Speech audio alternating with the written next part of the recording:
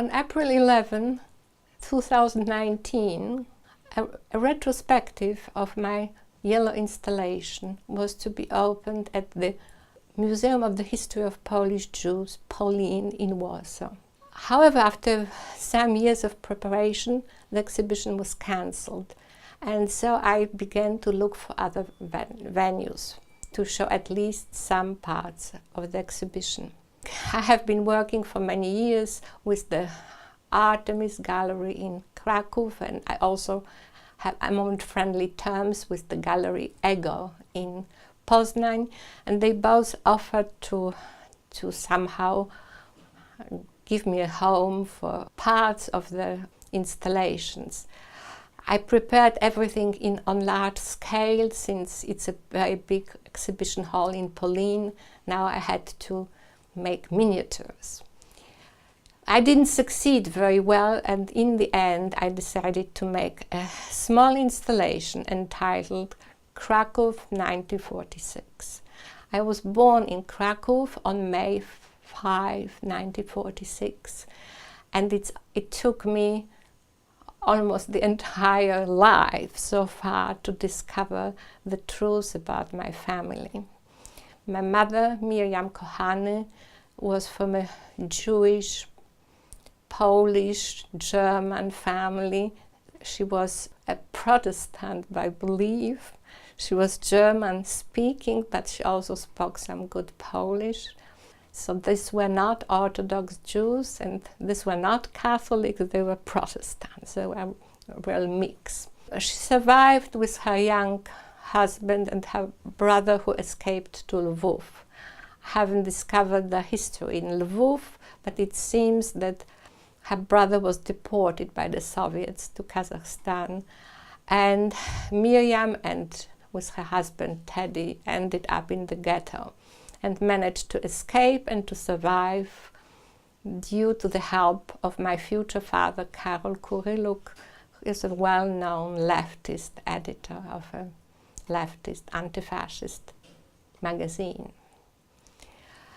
I tried to reconstruct this story from taking this particular moment in Cracow 1946.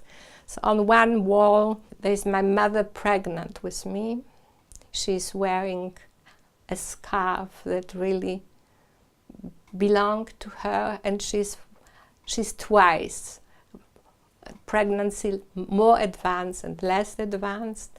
In the second image, she's wearing the brooch of my grandmother Paulina.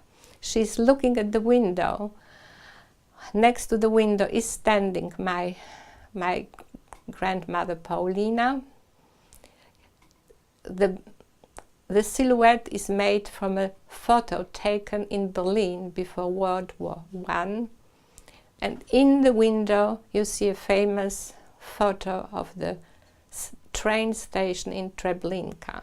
However, my mother never used that name. She always spoke about this terrible place that's the name starting with T. So I only left the T. So the daughter and the mother look at each other, and on the left-hand side, I, the baby, unaware of all the circumstances, is laughing from her carriage. And that is my photo, an amateur photo that has been worked over in Photoshop, and I'm in a carriage that more or less looks like the one I had.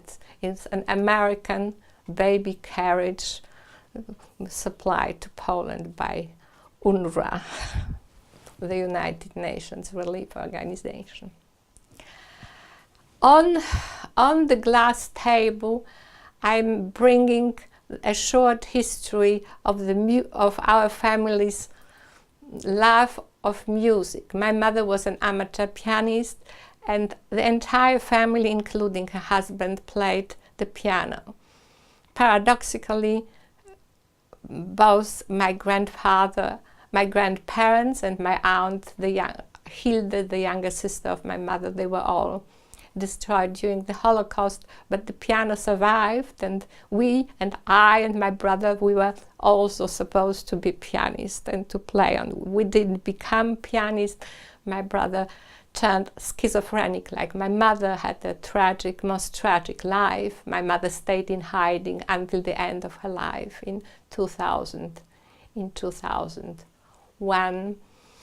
And I wanted to show the entire piano as we have it, but now since there's no space, I made miniatures.